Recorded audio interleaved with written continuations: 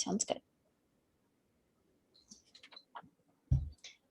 You know, Mickey, I never remember it. Am I supposed to tell you what time it is now, or am I supposed to?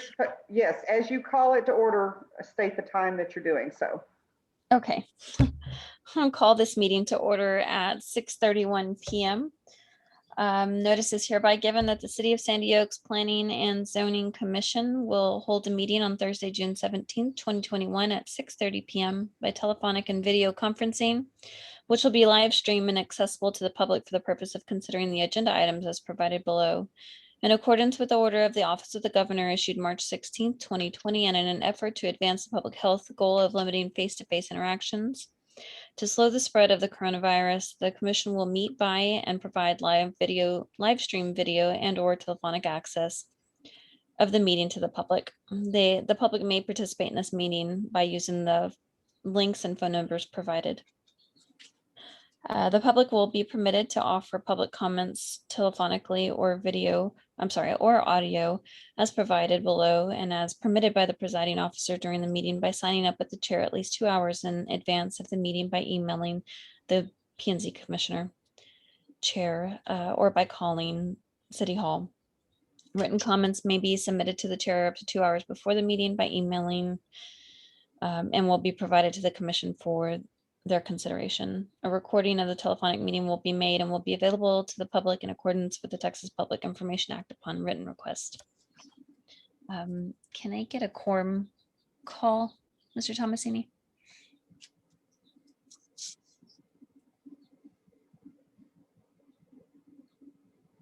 Mr. Tomasini?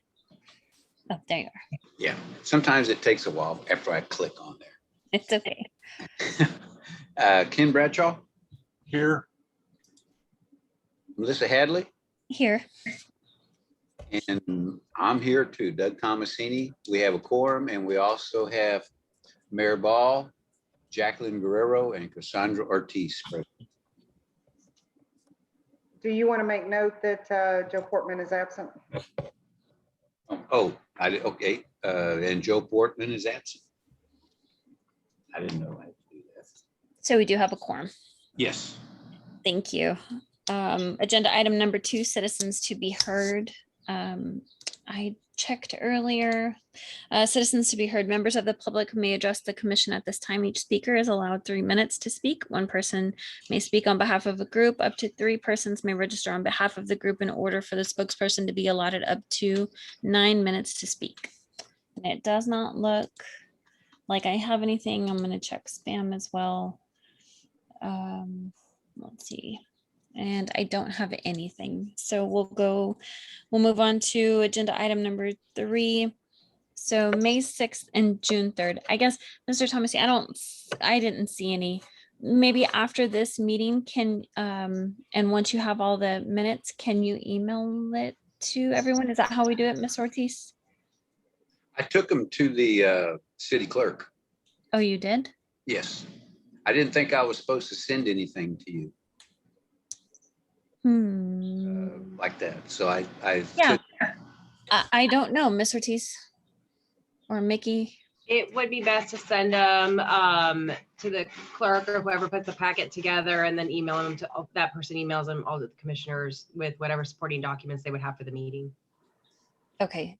Let me So- check my email real quick and see if maybe she sent them to me. I don't recall seeing them, but let me take a closer look. Okay. But thank you for doing that. But now we know what we need to do. Okay. So can he just type them up and send them to Charlotte or to Catherine, and then they send them out with us or to us with the agenda? Is that what you? Yes, that would probably be the best approach. When the commissioners get the agenda, they can also get the minutes with the agendas and then any other documents that would be considered for the meeting. Okay, yeah, no, I just want to make sure. Thank you very much. And Doug, did you email them to her? No, I took them over there Oh, you hand delivered copies to Yeah. her? on a flash drive. I took it over. Ooh. She said that she was able to, I didn't leave until she was able to see them. So she was able to see them. Okay. Was it Charlotte or was it Catherine? Catherine, but Charlotte was there. Okay. Okay, because Charlotte is the city clerk, not Catherine. Well, Catherine came to the window, so. Okay. But going forward, could you just email them? I don't think there's a reason to have to create more work for them. If you can put them on a flash drive, could you email them? Yeah, Okay, that might be helpful as well. I can even print them out. Well, if we're meeting remotely, printing them out doesn't really help us much at this point. Okay. I'm not seeing anything in email right now, so I'm not quite sure where those are. We'll have to look at them next time. Or since we are in an open meeting now, he can send them or email them to everyone now if you have them available to be considered. Since the meeting is already called and it was posted. Okay. Can No, you? I took them to her. Oh, you don't have them. You don't have a copy of them. Gotcha. Okay, so then maybe we can get with Catherine tomorrow and see. I don't know if I can, but if I might end up being over there that way tomorrow, I can go and pick them up and email them to everybody, or email them back to her and she can send it to everybody, whatever is No, easier. I'm going to contact Catherine and Charlotte to find out where they are, make sure that they email them. I'm going to have them send them to you and the city attorney and let you two be the keepers of that. And yeah, we'll work it that way. Okay, so then we will pull agenda item number 3 for a future date. Okay, so we're on agenda item number 4, and then Mickey, whenever you're ready.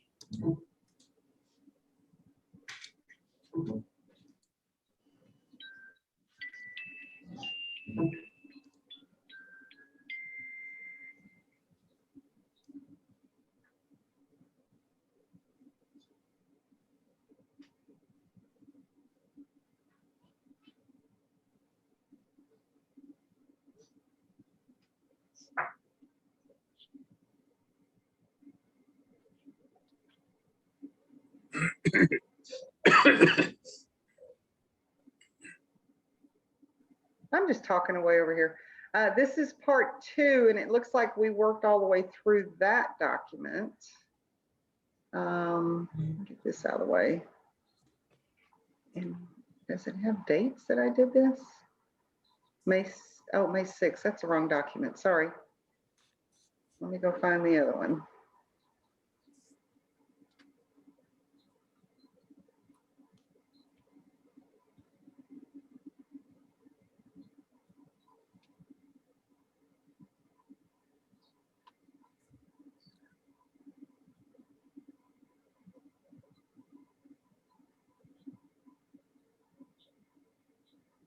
Ay, ay, ay.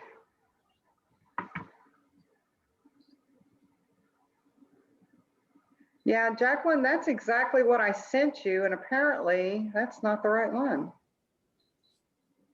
Cassandra, did I send you the edits last time? No, the last edits I got were for the document that you just pulled up. Okay, I thought I had sent that. Let me check something here. 6, that's not it. Okay. And I think that was that email. It was an email to Jacqueline. Was the Yeah. last one I received. Okay. Let me see if I can find them.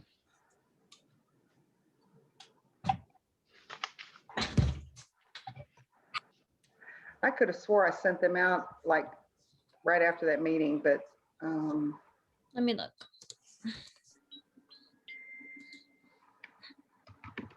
It was a June 3rd meeting, right? June yes. 3rd. The only thing that you June sent 3rd, here we go. This is part 2, and it's dated June 3rd. let me see. This one here is dated the 17th that I just downloaded. All right, let me open this again. It's dated June 3rd. And it's part 2. And we've been through all that. Now I'm confused. I am not finding. Let's see, zoning. Let's try searching for zoning. Do you need the document name? I think it's, let me see. Earlier. That's part 2. That's back in May. That's not it. All right, maybe. So it was called, it was the zoning districts established is what we were looking at. Aha. Okay, hold on just a minute. Let me see.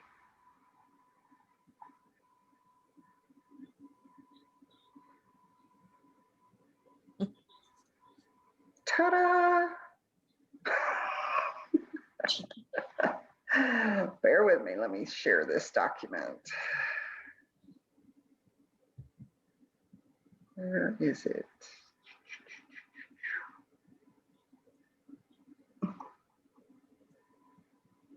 Oh, hold on. I downloaded it. Now I gotta open it. No, that's it. Okay, share.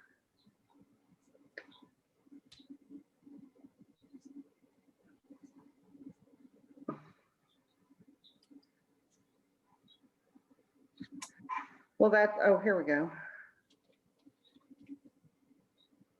Okay. Is my little black screen here of the participants, do y'all see that on the share screen? No. Okay, good. Okay, let me get down here. Well, we had a lot of conversation on this. Okay, so I don't think we got through all of the districts. We got through District 1, if I'm not mistaken, or District 2, sort No, of. I think we got all the, so District 3, we were saying, if, let me see the notes right that way. Or go down District 3. Yeah, like to delete it or combine with, I think, Right. combine with one of the other ones. I can't remember which one. Can you hear me okay? Yes, ma'am. Okay, good. Yeah, we put up here consistency with R1. Oh, well, I think that's for the 25-foot minimum or something, isn't it? But I think Yeah. for District 3, delete or combine with the other one. Yeah, because I think it was, because I think this was the District 3 was like the big, was the larger lots. Yes. So I think it was like with District 2 or something would be like for the larger lots, if I remember correctly. I can't remember. But I think Ms. Gurrow has the master plan now. Yeah, she does have access to the master plan, and this is the document I was supposed to send her, and I sent her the COO one instead, so I apologize for that. It's okay. So I wanted to touch base before we start getting into the districts. I know that we were going to discuss about the HUD piece, and I know there's some changes. So I wanted to discuss that real quick before we start getting into the changes again, so we can have like an idea of what's going on with HUD at this moment. Okay. So because of COVID, materials, there's a backlog on a lot of items when it comes to the manufactured homes. We do know that HUD has set a limit of the low income limit of 80% to the very low income limit of 50% of the medium for either the county or the metropolitan area, right? We do know that HUD does not inspect the homes, and it doesn't give tags prior to the date of the 6/15/1976 timeframe. Now, when it comes to the homeowners and the modifications that they've done outside of their home, there's a strong possibility that they may not meet the HUD standards. And there might be complaints from the owner that the HUD piece will not be able to accept. So an engineer will have to willingly come and inspect the property piece of it. So we do know that the minimum requirements to a HUD manufactured home is, safety, security, and soundness of the property. That would be if there's any improvements going forward after this is, Mhm. I guess, approved and put into effect. Yes. So not for anything existing, but for anything that would be going forward after this is Yeah. approved. Anything saying that going right? Okay. forward. Yeah. Anything going forward or from the date of the June 15, 1976, which is many moons ago. But it gives us a starting point of what future plans should go into place. Did everybody, I think I understood that. Did Miss Ortiz, am I understanding that correctly? But it would be, so we're not gonna have to come and get an inspector to, just to make sure, Well, we're- I don't think so. I think it's more of, does the homeowner want to do that because of some issue that may have encountered? I wonder if that could be phrased in a way that is something that exists today. There is I think it's a dollar threshold that is in place. I'll give you an example. The building that I work in is a 2-story building. The second story is not ADA compliant, but it doesn't have to be unless they hit a threshold of a dollar figure for any repairs or improvements. Then it has to come into compliance with ADA guidelines. Is that what we're discussing here?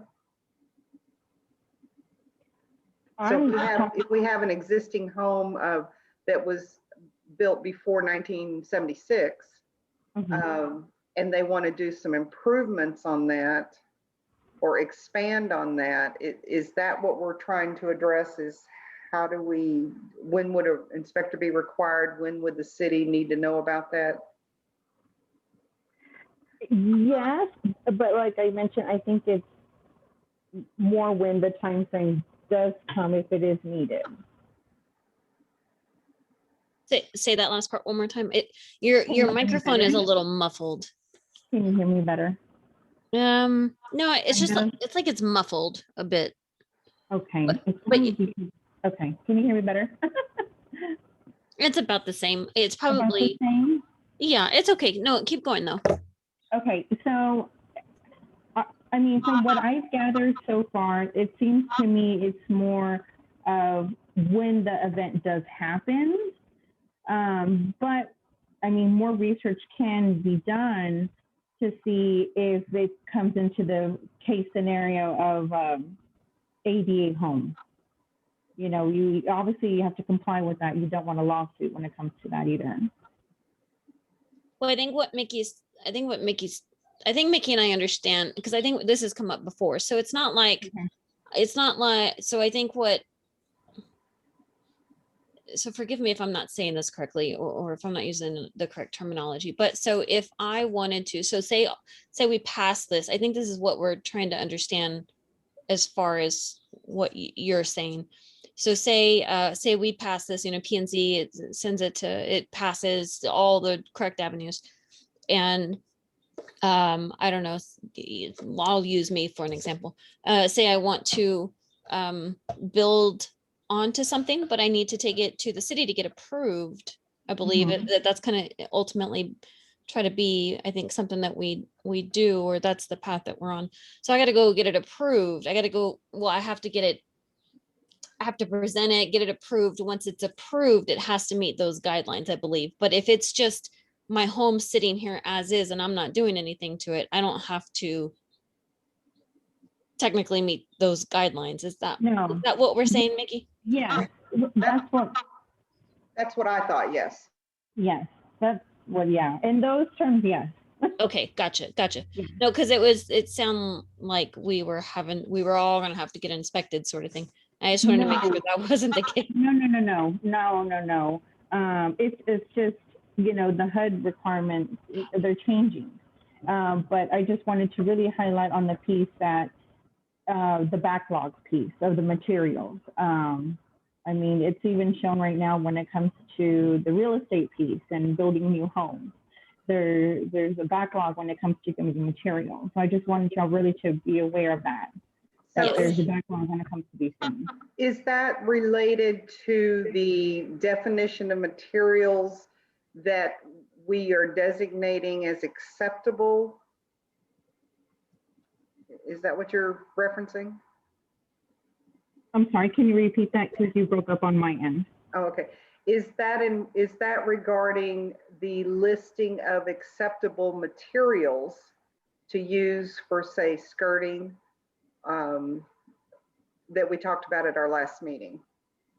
So are you referring to the HUD approved, like masonry, vinyl, fiberglass, metal, or materials specifically Yes, ma'am. designed for the purpose? Yes. So I wasn't able to find specifically really a list of that, of what materials that they're really harping on. But I would think that there wouldn't be a change to the materials. The only concern is more of, are they substituting these materials for something different because of we're under COVID? Well, and I think part of our discussion last time had to do with the state legislature, the prior session, where there was some information that was passed that talked about not having the ability to restrict the use of materials. And I'm going to go look for that and we'll share. Okay.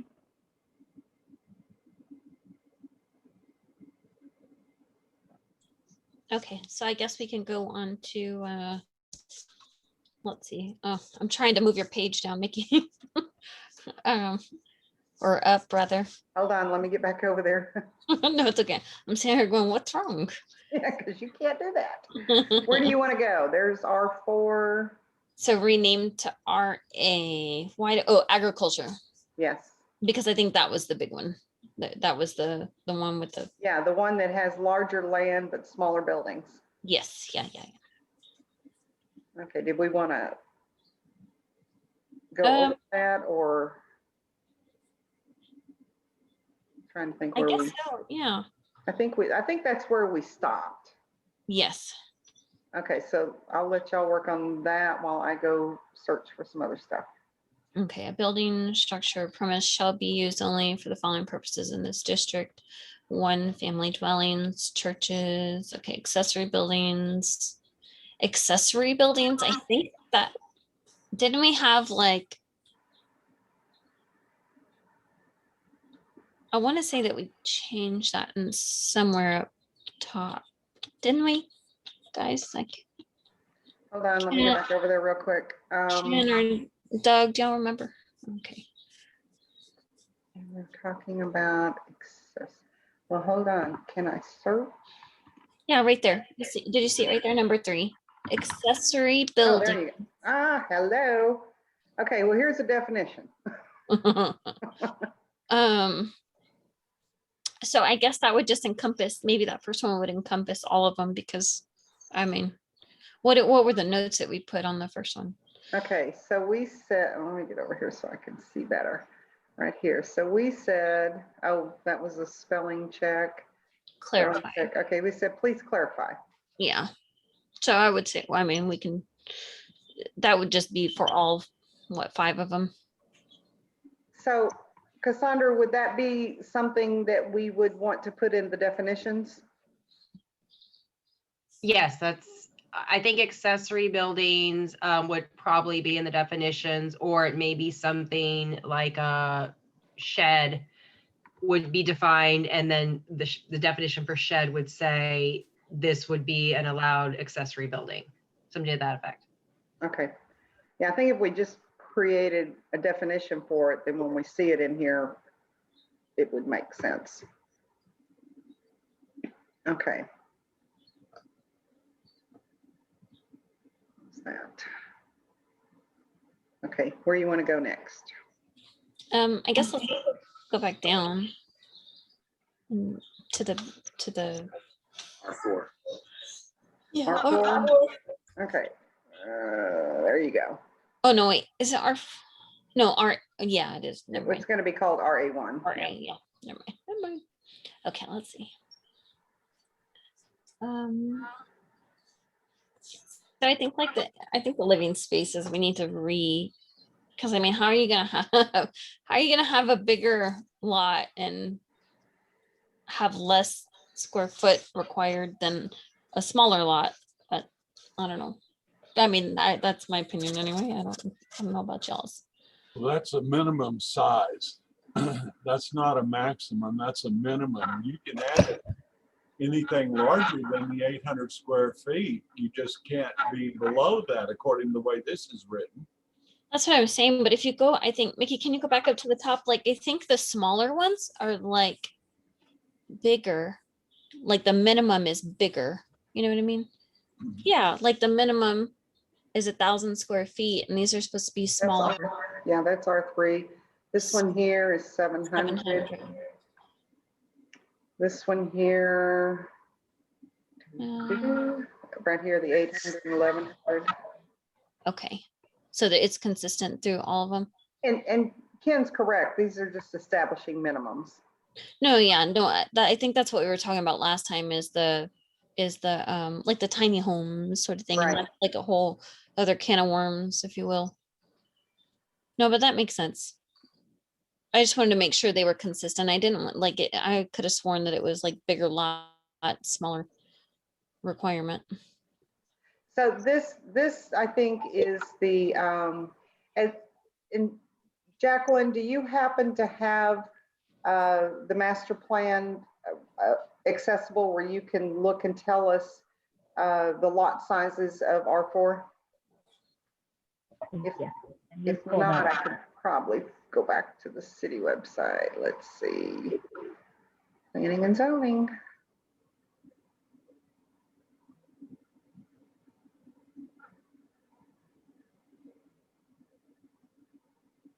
Okay, I have the master plan filled up. And where exactly again did you want me to look at? I'm looking to see if it defines in here the rate, the R1, R2. Oh, I can look at the map and tell that. Okay, so on that colored map, an R, we don't even have an R4. Yeah, in the master plan, there's no R3 or R4. There's just R1 and R2. But I guess these 4 districts were taken from since they were taken from the deeds, if you were to break them up into districts, there would be 4 separate districts. 4 Got different it. types of uses. So the master plan is either whatever is adopted. If 4 districts are adopted, 4 residential districts, the master plan will need to incorporate those, or the zoning ordinance needs to eliminate or somehow combine the districts so that there's only 2 residential districts. So I think that then, Melissa, this R4, renaming it to RA1, first of all, we don't have an RA1 listed in our master plan.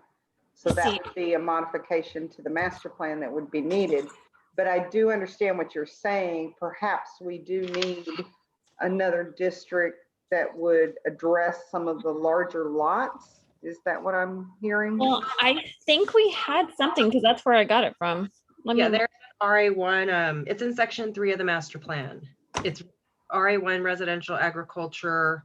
Oh, right there, I see it. Yeah, because I didn't pull that at like I wouldn't have thought of that, so I grabbed it from somewhere.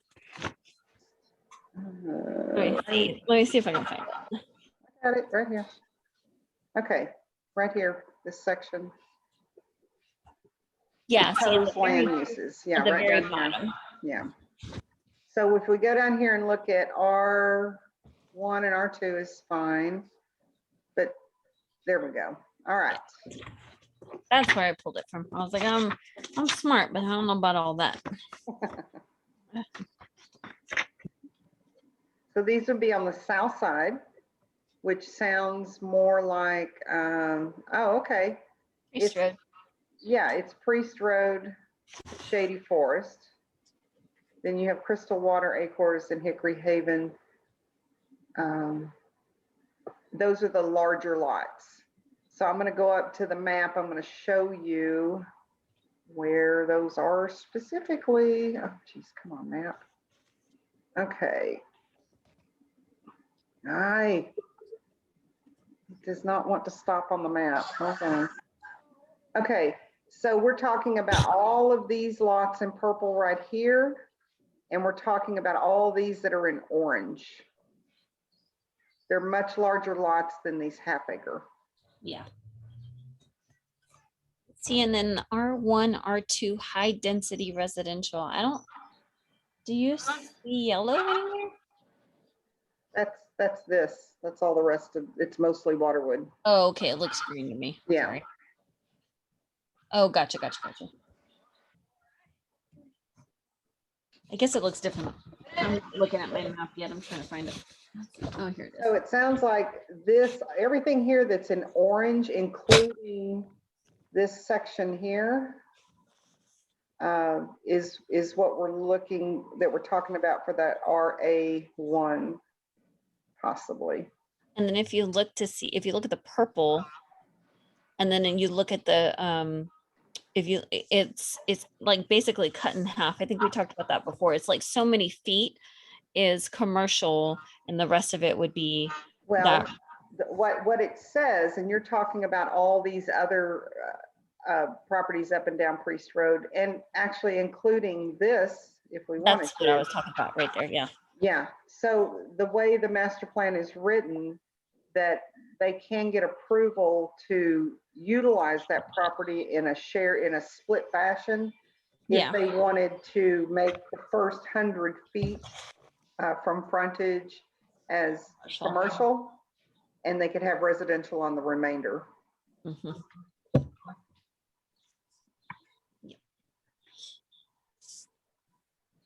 Why it's doing all these things. It doesn't like this map for some reason. Okay, so let me get back down here to this. So it says minimum 8 acre parcel with combo use.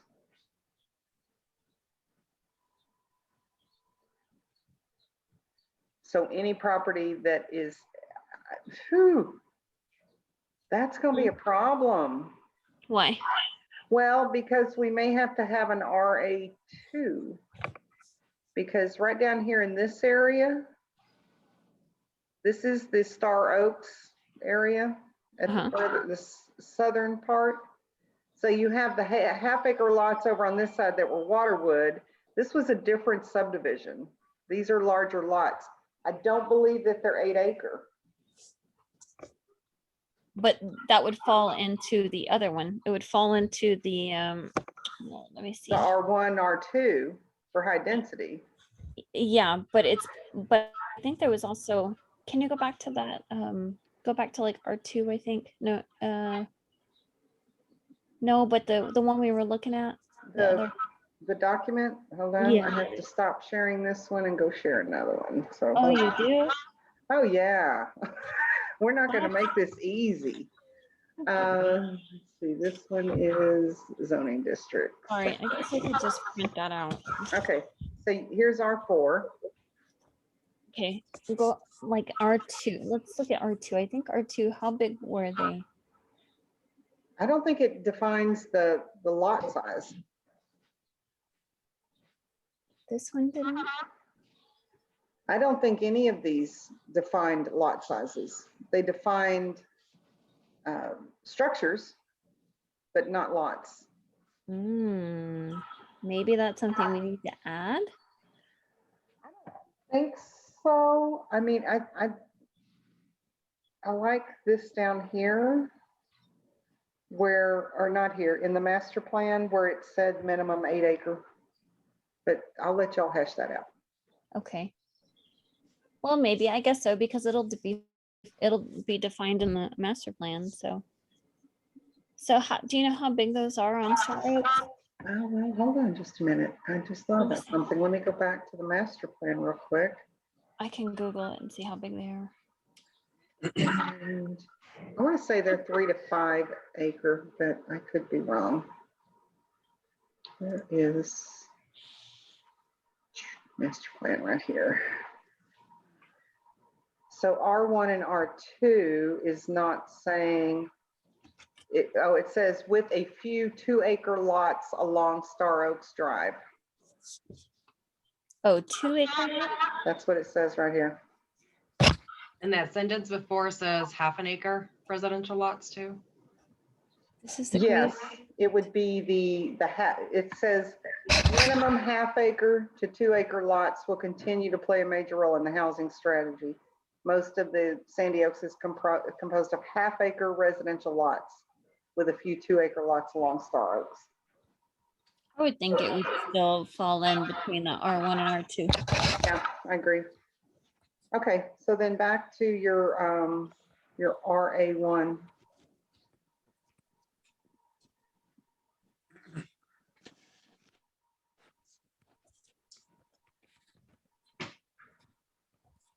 So it says here, agricultural use in this area is protected by deed restrictions.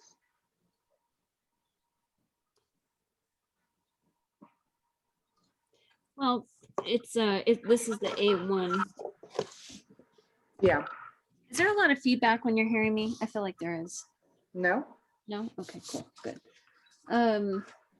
Residential agriculture lots are located on the outside of Priest Road from Mathis Road. I mean, I think it should be protected. They're big lots.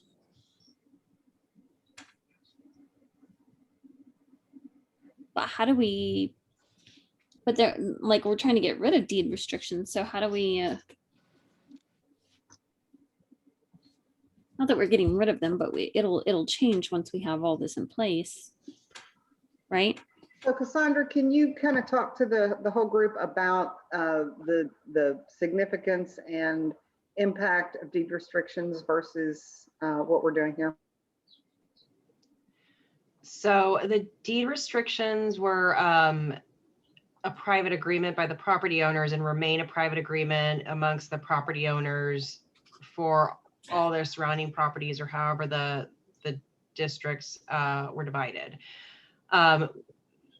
Sandy Oaks does not need to really rely on those deed restrictions, although some of the ordinances that have been adopted by the council, as well as the development of the master plan and the original first draft zoning districts by the city engineer, have always kept in mind the deed restrictions. So that's where they would come into play when we're drafting the zoning ordinance or then adopting the zoning ordinance. I probably would stay away from mentioning the deed restrictions as the plan does. I think the plan just talks about the purpose or the future and why this area is designated agricultural, because that's what the deed restrictions say. But for example, for that particular piece, or for that particular agricultural area, it would just be designated or zoned agricultural by the city. And it would just happen to correspond with the deed restrictions, but not necessarily incorporate the deed restrictions into the zoning ordinance. Gotcha. And Okay. so for Wow. this section here, this RA1, so can I go back to the other document? To the one we're working on. Let me go find that. Oh, me and Zoom are not the best of friends. I think they would make it easier. I just need more screens, more everything. This is it. Okay. So this is where we can tweak this particular area here. And I'm going to tell you right now, this is going to be an issue for one person that I know for a fact. One of our former aldermen, Mayor Pro Tem, has a, gosh, what do you call it, Melissa? Urban Like a homestead? A homestead, yes, that's exactly what it is. Turkeys and guineas and cows and all kinds of stuff, but he has plenty of land for that. I was gonna say, I think as long as he's following state of Texas rules, or I think that we could put that in, because I think you have to have so many acres for a horse, you have to have so many acres for cattle, you have to have so many acres. Well, my point is, this is, we're gonna rename this to RE1. This is where we're gonna define how that land can be used. Is that correct, Ms. Ortiz? Yes, that's correct. So if the amount of livestock wants to be increased by the city can increase it. It doesn't, or decrease it. It doesn't need to be consistent with those deed restrictions. I just see a lot of people having issues with that, where what can they do on their land if there is some incompatibility. The property owners may need to figure that out at some point. What do you mean? If they have big lots, why would we want to restrict that stuff? No, I'm not suggesting restricting. I'm just, if, for example, number 7 says 1 horse, 1 cow, 2 Yeah. sheep. If the city, for example, were to say, 1 horse per acre of land, 1 cow per acre of Oh, land, okay. something to that extent, Oh, I then see. they may have an issue where they're not complying with the deed restriction, but that won't necessarily be the city's issue then, because they would comply with the zoning district. So that just that's why I said the property owner may have an issue, not suggesting the city should restrict it. It's what the city thinks is best suited for the land. And on number 5, it says the manufactured unit must not have been installed or occupied previously at another site or location. If the home is less than 3 years old, why would we care about where it was before? Well, I would recommend, first of all, that we change that to reflect our ordinance, which is 5 years. 5 years, yeah.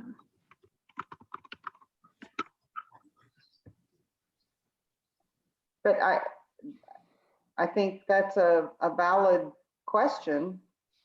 Well, a lot of times, being in real estate and dealing with all this stuff, a lot of times if you move a home, a mobile home, manufactured home, however you want to say it, if you move it, if it's not at its original site, a lot of lenders will not lend on it again. I don't know if that's kind of where they're pulling it from or why they did that at that point. It has to be like original, like from the factory to its permanent location. It can't go like from like the house we just moved off. There will be very few lenders that will lend on that, even if it was newer, if it has been moved. Well, it says no structures of any kind may be moved onto any lot except for modular homes that are not older than 3 years old. Yeah, then I have no idea. And the manufactured unit must not have been installed. So, I mean, that whole thing concerns me, because is that contradictory to what it's saying up here about accessory buildings? Yeah, it doesn't make sense.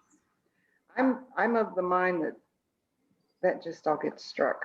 It looks like number 5 though is existing, something that maybe is existed or that was built. I'm using the example of a shed again, a shed that was built somewhere else and maybe moved on. And number 3 is, I do see it as confusing, and I don't know why the city would need something like number 5. But it looks like number 3 would be something maybe built onto the property at the site, and number 5 is something moved on to the property.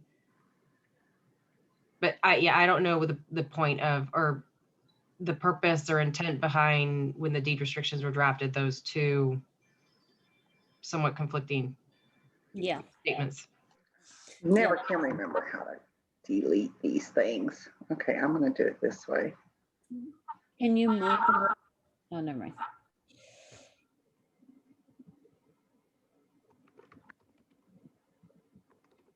Yeah, that's pretty odd. That is kind of odd. Okay. I couldn't remember how to make that go away. You can't write. Oh, wait. Delete comment. Bada bing, bada boom. Okay. Okay. So the no swine or goats may be kept on any lot. I mean, Oh, it's tricky. it is very tricky. And defining what they can and cannot have and what smorgasbord of animals they want to add. I don't know that we can address that other than maybe a reference to, any livestock kept must meet state requirements per whatever the code is.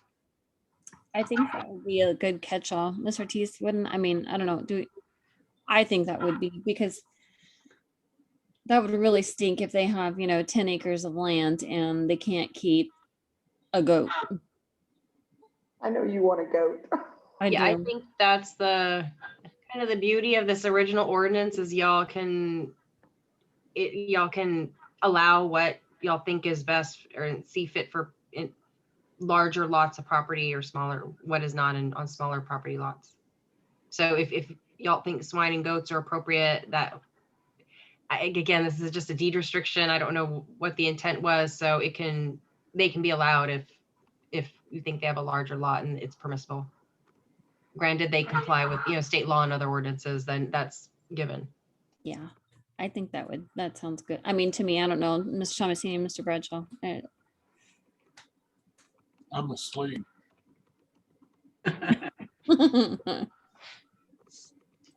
Well, I mean, there has to be something. I just don't know if it has to be what's there, but I think you have to restrict animals somehow. Mr. Or the Gay number or has, something. Mr. Yeah, I Gay mean- has quite a few animals. I am not aware of any of his ever getting loose, ever. Nobody knows he's got that going on back there. That I know of. I would love his lot. I mean, y'all know my opinion. I think that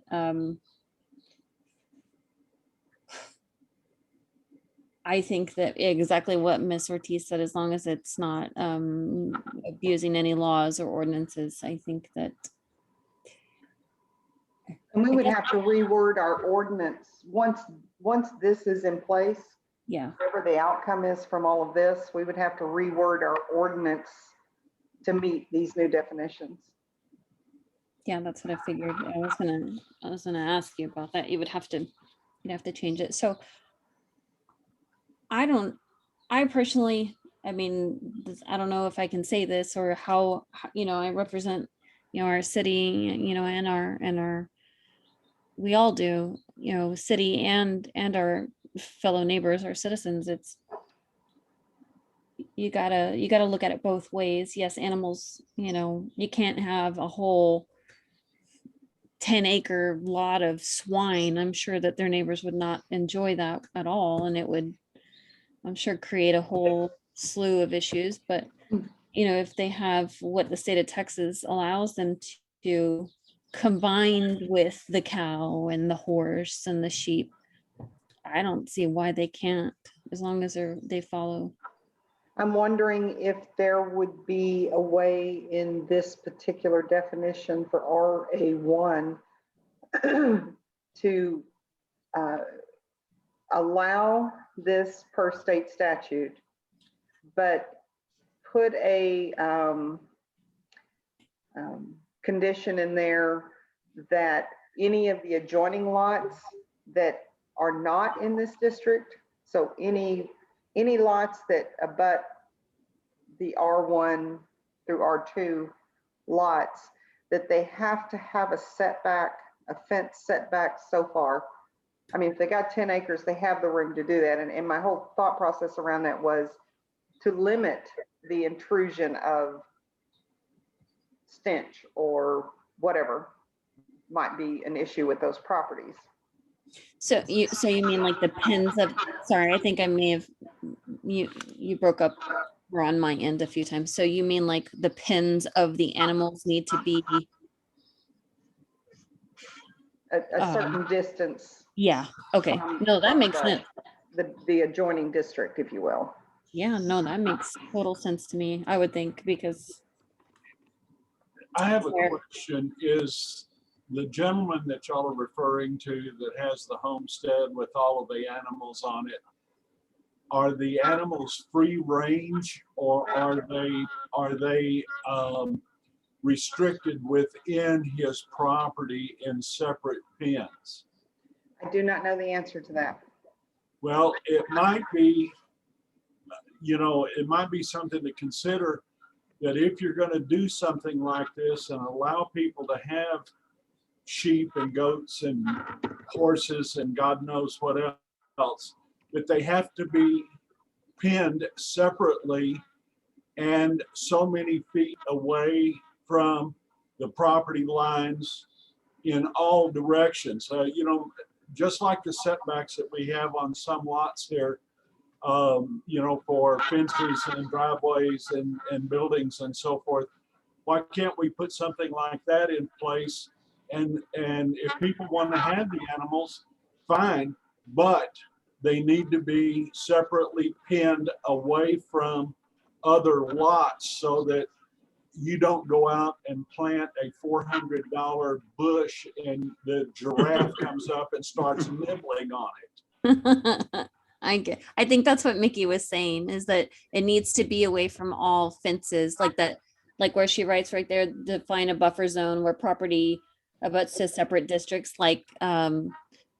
maybe next door, well, obviously you don't live in there, but say if they were next door to you, they would have to have like, I don't know, like a 10-foot distance, or I don't know if it's 10 foot, but a distance from your property line from that fence. So yeah, they don't eat that $400 bush. Right?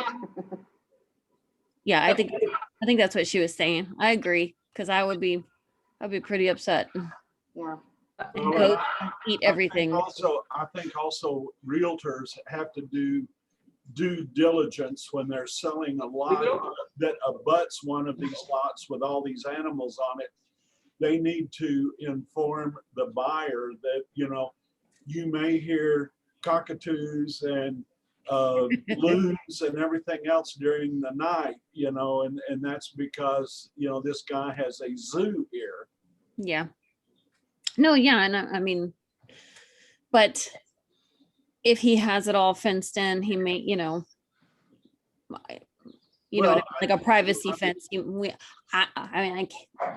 Speaking as a realtor, and you're a realtor too. I mean, we can only do so much as far as that goes. Agreed, but I'm also one of these weird people that think that livestock belong on a ranch with several hundred acres of land for the animals to roam on. They don't belong in a city in a restricted area. I'm sorry, but that's Man. just, that's animal cruelty. You would love my baby chicks. You would love them. So, No, Could Melissa, I'm sorry, but roosters crowing in the morning is reminiscent of me growing up on 40 acres of land in the country away from the city. And, I had chosen to move away from that particular lifestyle. And For a I reason, much yeah. rather enjoy sirens and gunshots Gunfire. and everything else. Well, I don't- As opposed to the clucking of chickens and the oink and grunt of pigs. Gotcha. I don't have any roosters, and that's not what I was saying. I was just saying my hens. Well, I'll take you some eggs. Sorry. Go ahead, Mickey. Well, one thing that I was thinking, in addition to me, defining, Melissa, I'm not.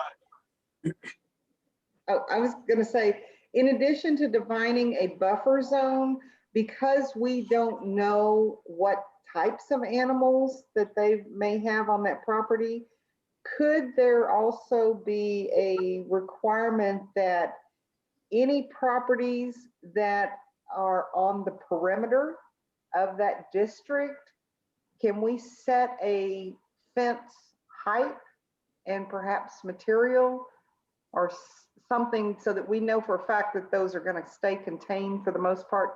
Accidents happen, sometimes they're going to get out, but you know, maybe if we had something where they can't jump over it.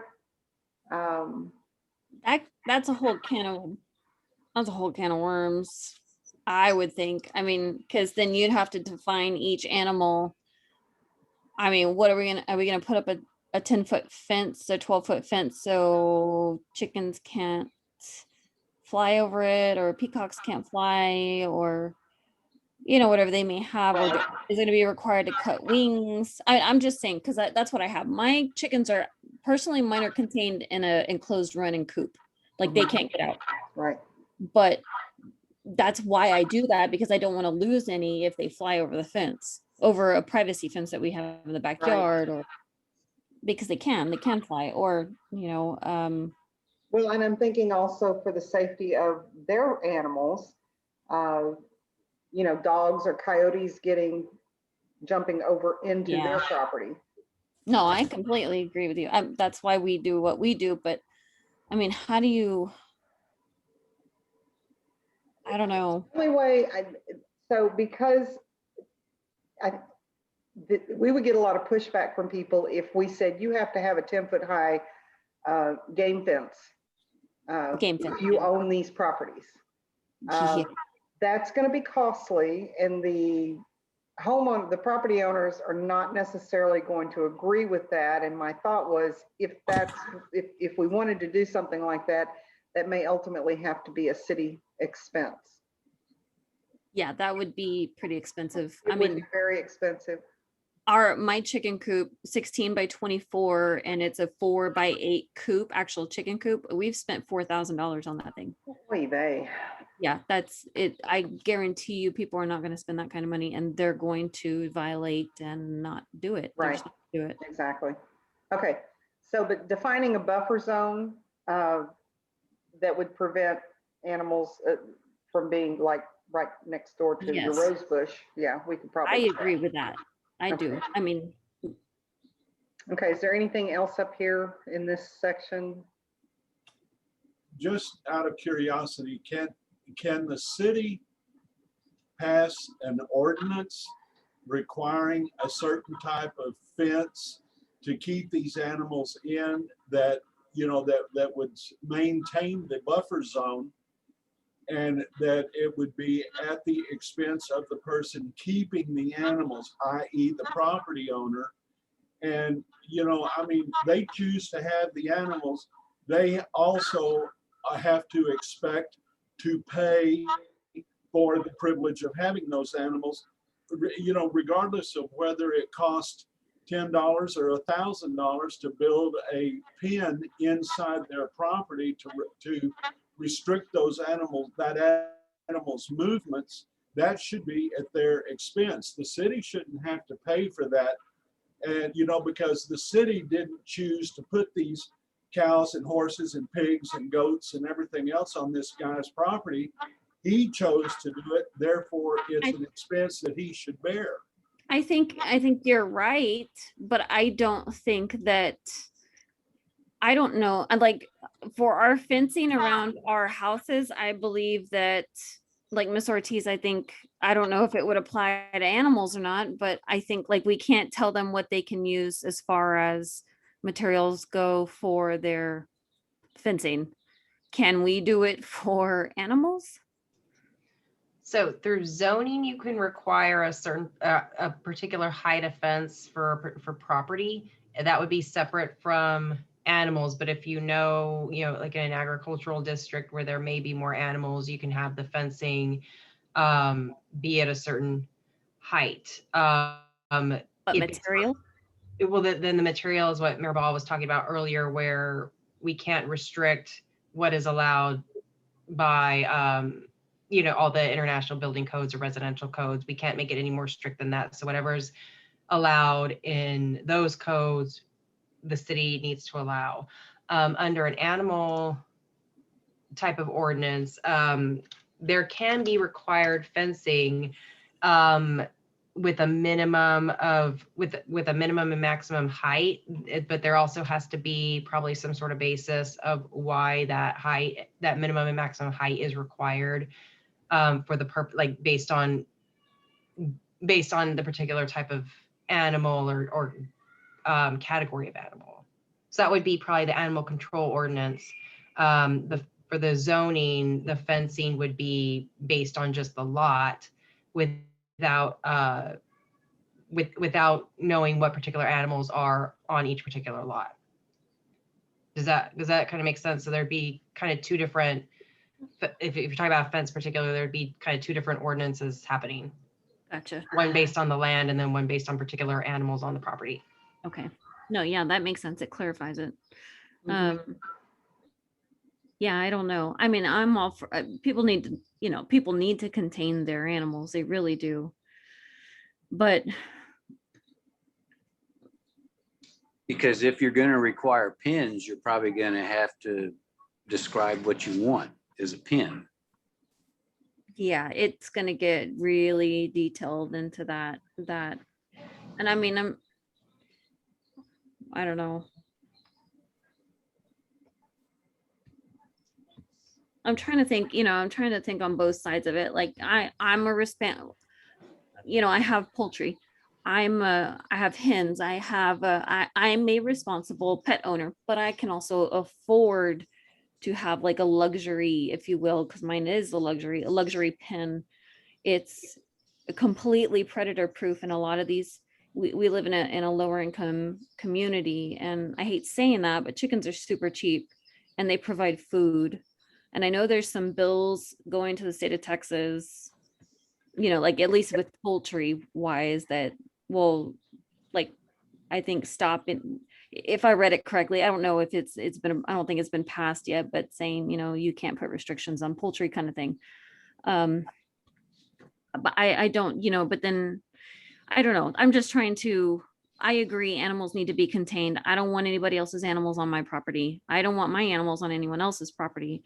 But if we live in, in a lower income community, how do we help that to where we're not just hindering someone's ability to have, goats for milk or a cow for milk, or Right. No, I get it. And where we're saying over here, livestock, as long as it meets state statutes.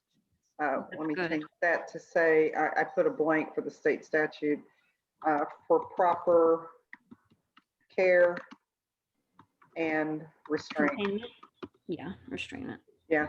And so, because as you're going through talking about that, Melissa, all of a sudden I had a nightmare. We have a problem with hoarding of dogs and cats today.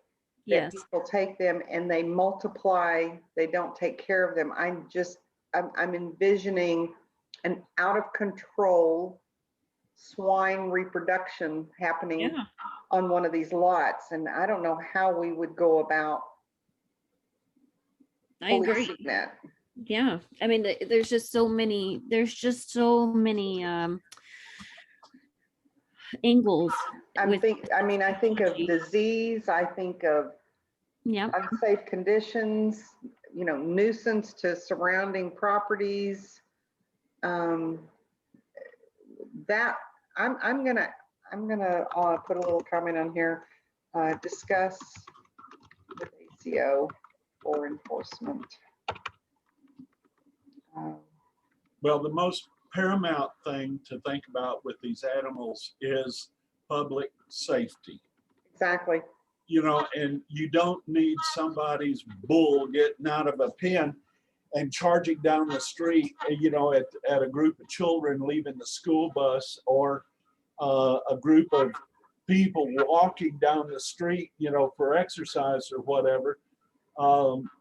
Yeah. And, my concern is, the rampant breeding of animals. I don't know what it is about people and not wanting to get animals fixed, but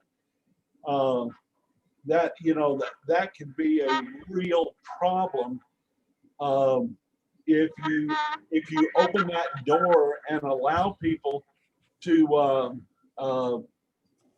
maintain these animals without any sort of restrictions on the number of animals and so forth, because you can sit there and have, what the state statutes require.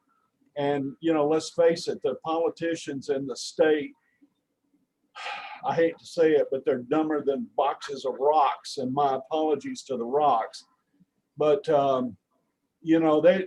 not going to care about, Joe Blow having 20 cows on 5 acres of land.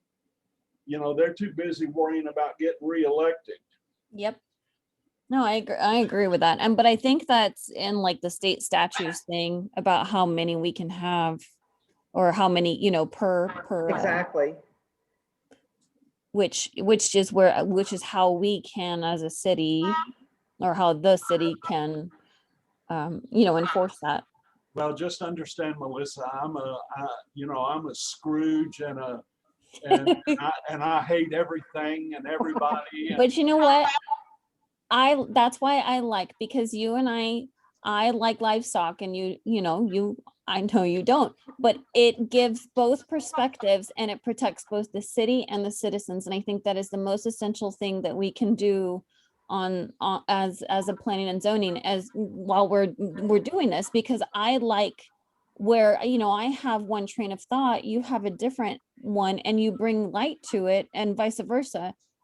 It helps. And I think that's just so good. I think we have a good thing going, especially Mr. Tomasini and Joe. We're doing good here. I really think so. And with all these ideas, and a lot of them are, opposing, but that's good because it helps us understand one side and the other. So I love your grumpiness. Well, I'm the devil's advocate, and I have absolutely no reservations whatsoever about being the devil's advocate, because Me I'm Mikey and I hate everything. Hey, can Well- we go back up to the first one here where it talks about one family dwellings? One family dwelling. I would suggest that we change one family to be single family dwelling. Yes. And maybe expand on that. If you have 10 acres, you could have 10 houses or more if you wanted. But we need to define that each residence, how do we want that treated?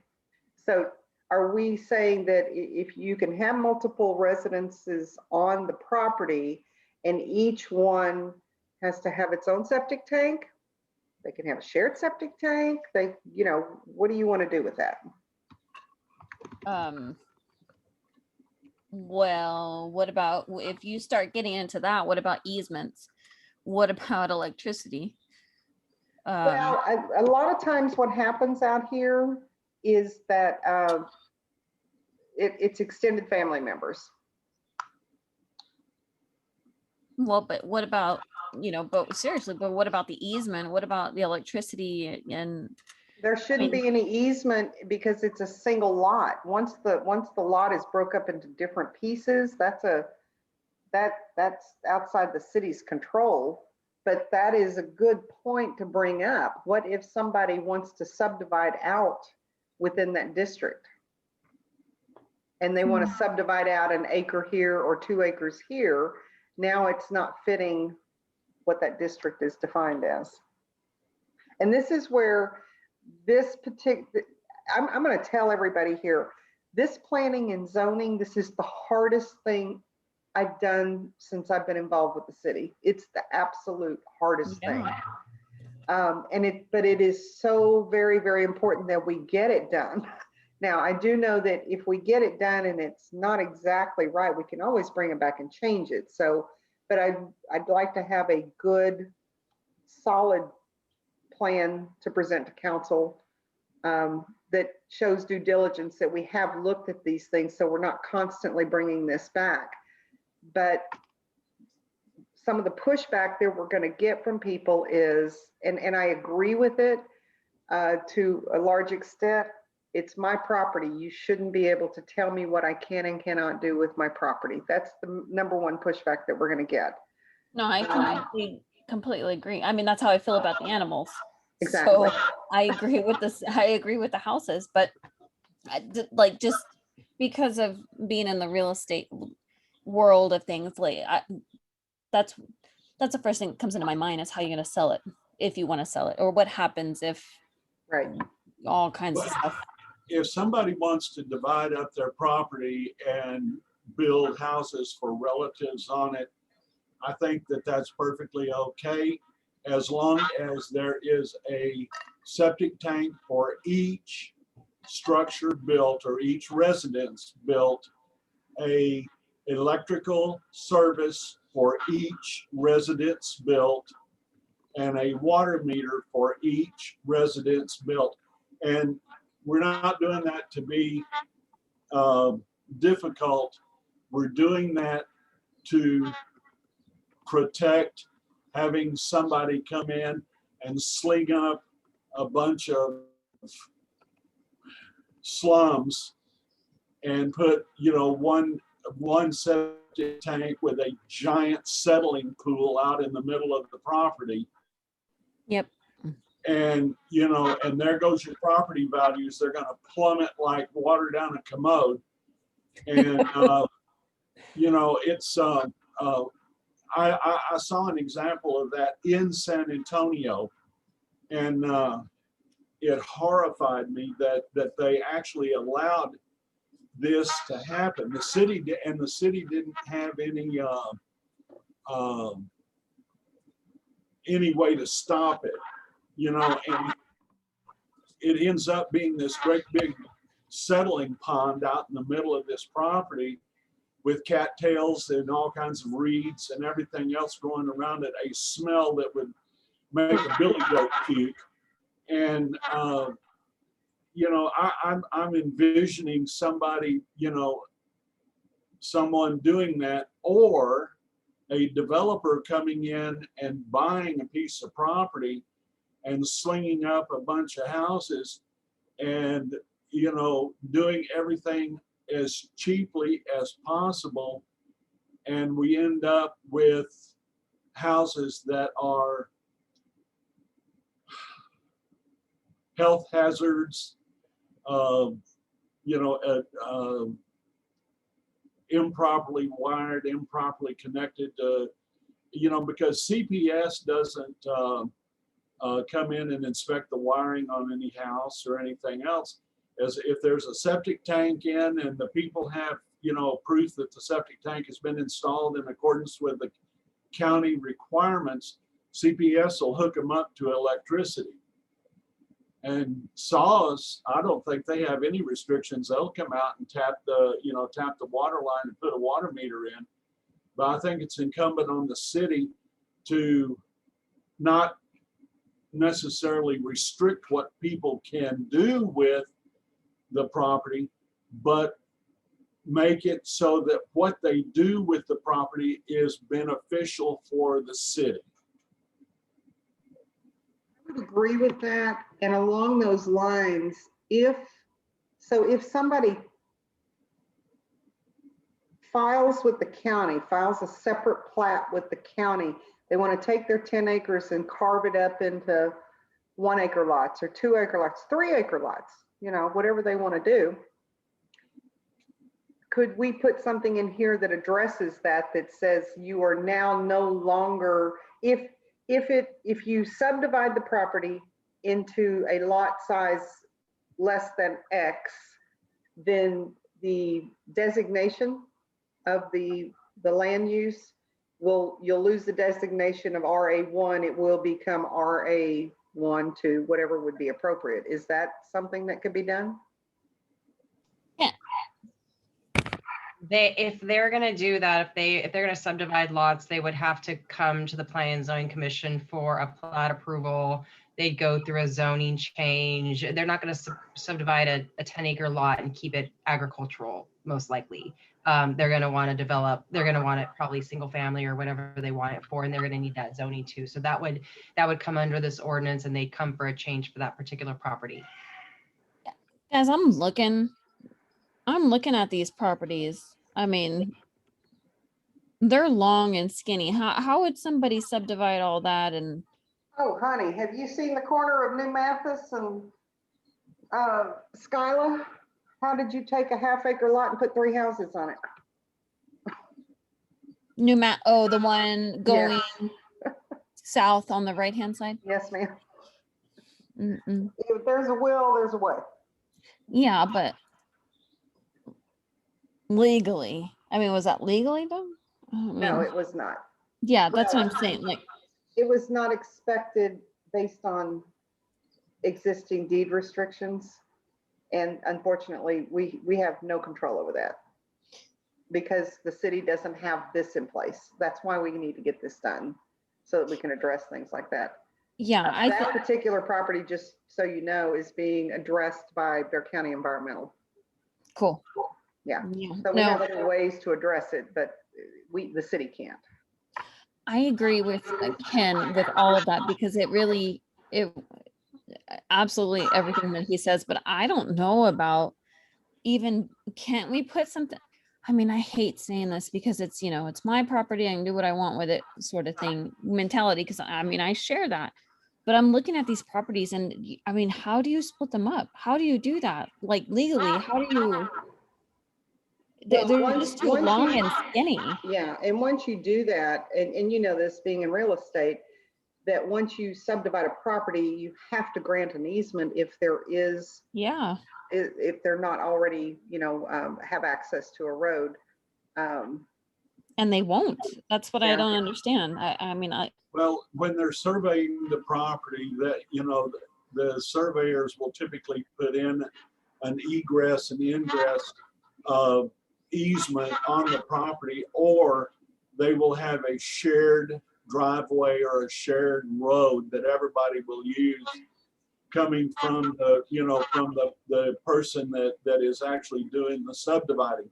yeah, We need to put a, let me see, I want to word this correctly. Without being incredibly restrictive, I don't want to see people putting in postage stamp size lots, and you take 10 acres of land and now you've got 40 houses going on it. Each house is so close to the other and you can hear the commode flush. yes, We want to make sure that when they divide the property up, there's a minimum acreage or a minimum square footage on the property that the city will accept when they subdivide the property up. And I would think that a half-acre lot, or maybe I don't know about a quarter acre. I think that's too small. But something that is in keeping with the remainder of the rest of the city, so you don't end up with a slum being built in an area that that's not going to be able to to recover from it. Right. I agree. But I mean, I completely agree. But even looking at the entrances to some of these lots, I mean, good Lord, how do you even put an easement there and build a lot at the, on like at the Well, beginning of some of these? It's just, And that does bring up another question. So if they, let's say that they decided to take a 10-acre lot and break it down into 5 2-acre lots, then each of those properties would require some ingress and egress. And is there an expectation then that becomes a city road that we now are responsible for paving and maintaining? I think this exercise that we're going through here will or should define those type of things. like, I'm just gonna come out and say it. I know it might not be popular, but I really don't think that should be allowed to break those lots up. I mean, the way they're structured, it doesn't. I know, but again, you go back to it's my land, I can do what I want. Okay, here's something to chew on.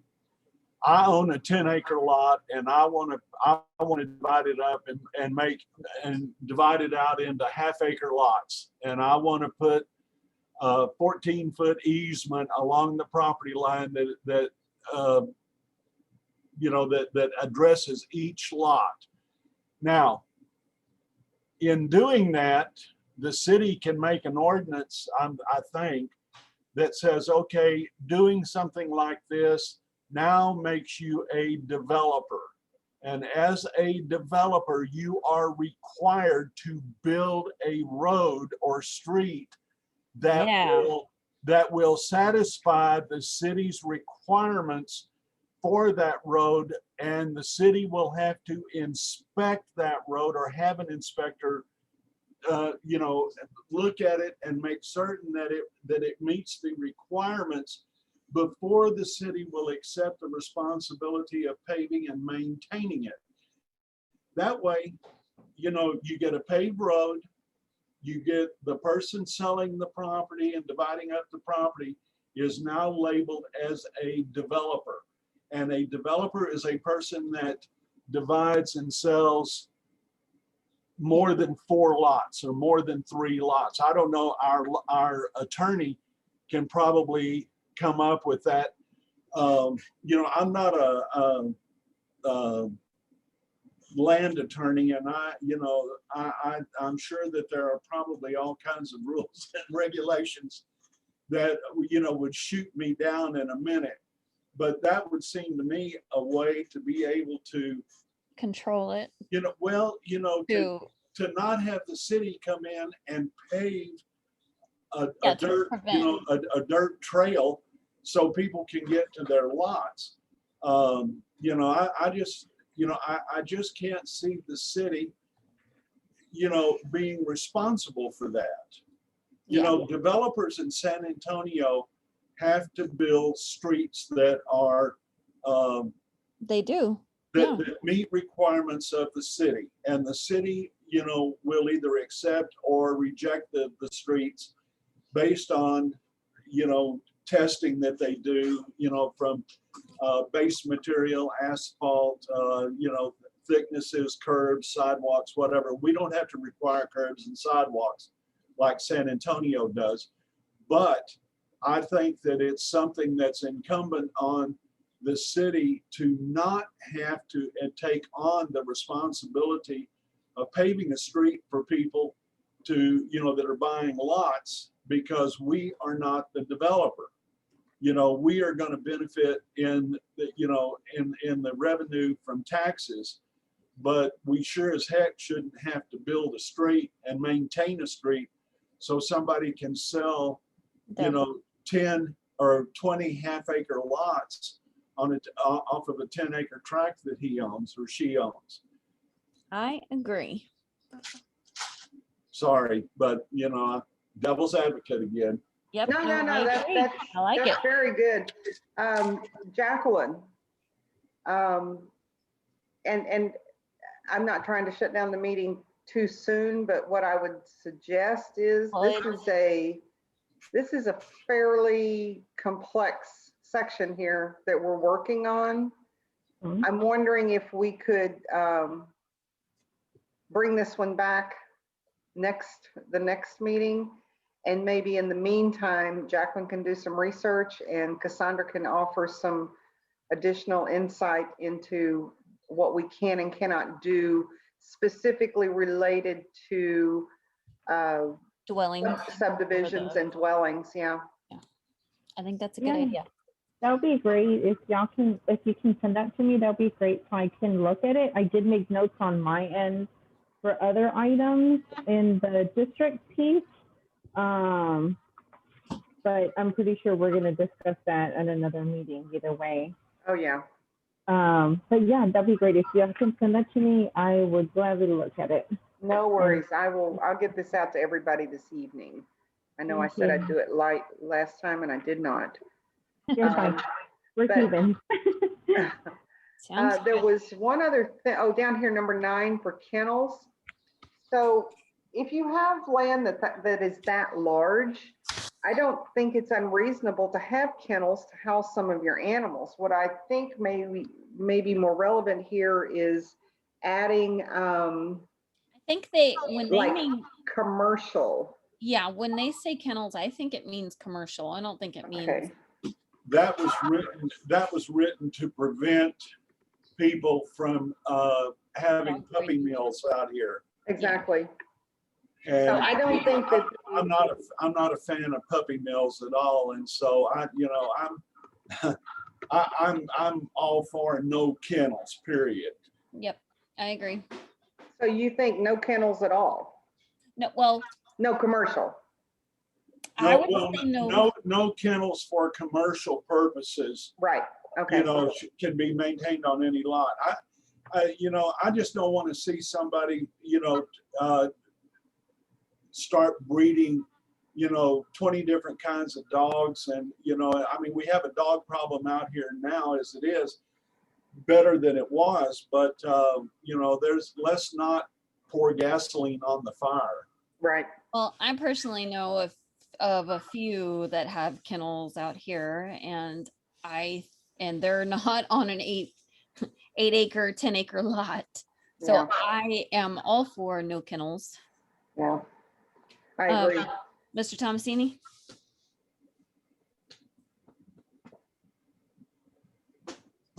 Did we lose him? I'm here. Oh, there you are. Is a kennel just a pen for a dog, or does a kennel different than a place where, We're talking about commercial kennels, like puppy mill type thing. That's what we are all under the impression that means, is no commercial kennels, no puppy mills, no breeding program, stuff like that. yeah, that's probably what it means. But Well, Yeah. and when I that think of, part just says no kennels. No, Right. what we were asking if you agree with us, like no commercial kennel. No, Oh, yeah, I can agree with that. yeah. Okay, So I don't remember at one point if I sent y'all draft definitions. It would have been back in December. I can resend those there are probably a lot more definitions included that the city may eventually need, but it may help as a reference point. I thought it would kind of be the final document reviewed, but it may help just so that way there's a reference point of what things are defined as, and then we can make changes, or the commission can make changes to the definitions as it's going through the districts and types of uses for properties too, if that would help. yeah. I think Okay. so. Nikki, Go ahead. like the commercial kennel thing, now that I have you, or now that you have me thinking, like if they did any kind of breeding, like the big lots, if they did any kind of breeding, not that I'm for it down here, but because that is a big thing in Texas, could we have them, and I don't know, Mr. Ortiz, could we have them register everything with the city? Like how many? I think our animal control ordinance does have a breeder's permit in there. I'd have to go back and look at it. Okay, We've not had anybody do that. Here's another thing to consider. If somebody has lots that are that size and they wanted to run an animal rescue program, it's not a commercial designation, it's a not-for-profit. it's a not for, yeah, I can see that too. Yeah, I like that. I mean, I do. I like that, as long as they can do the same thing as all the other animals, like the goats and the exactly. cat. Yeah, it would have to be the same. Right. Same kind of thing.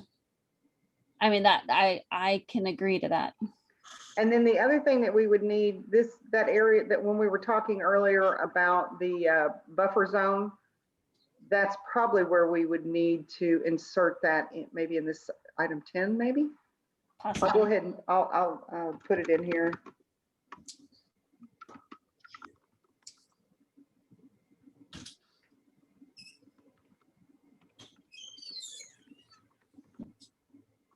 Okay. Okay, so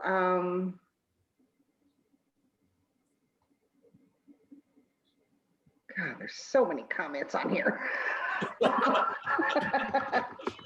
Hey, that's progress.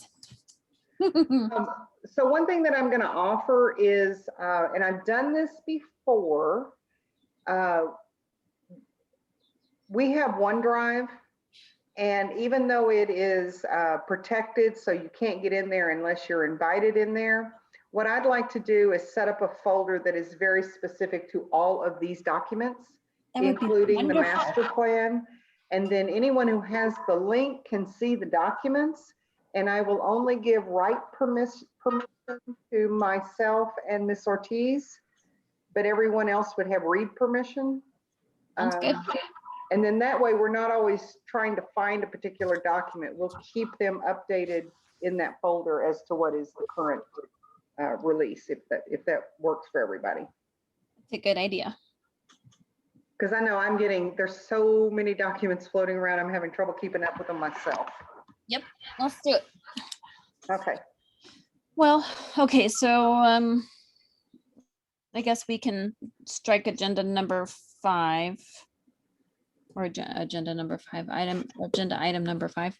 And I guess for agenda item number 6, we adjourn. I think everybody's okay, right? Everybody's good? yes, I am. Okay. Not that I'm a voting member, but I'm okay with it. Okay. All right, then I adjourn this meeting at 8:01 p.m. Okay, hold on just 1 second. I gotta finish this real quick. Do this. Sorry, I got too many things going on here. I'm gonna come back over here, stop sharing. And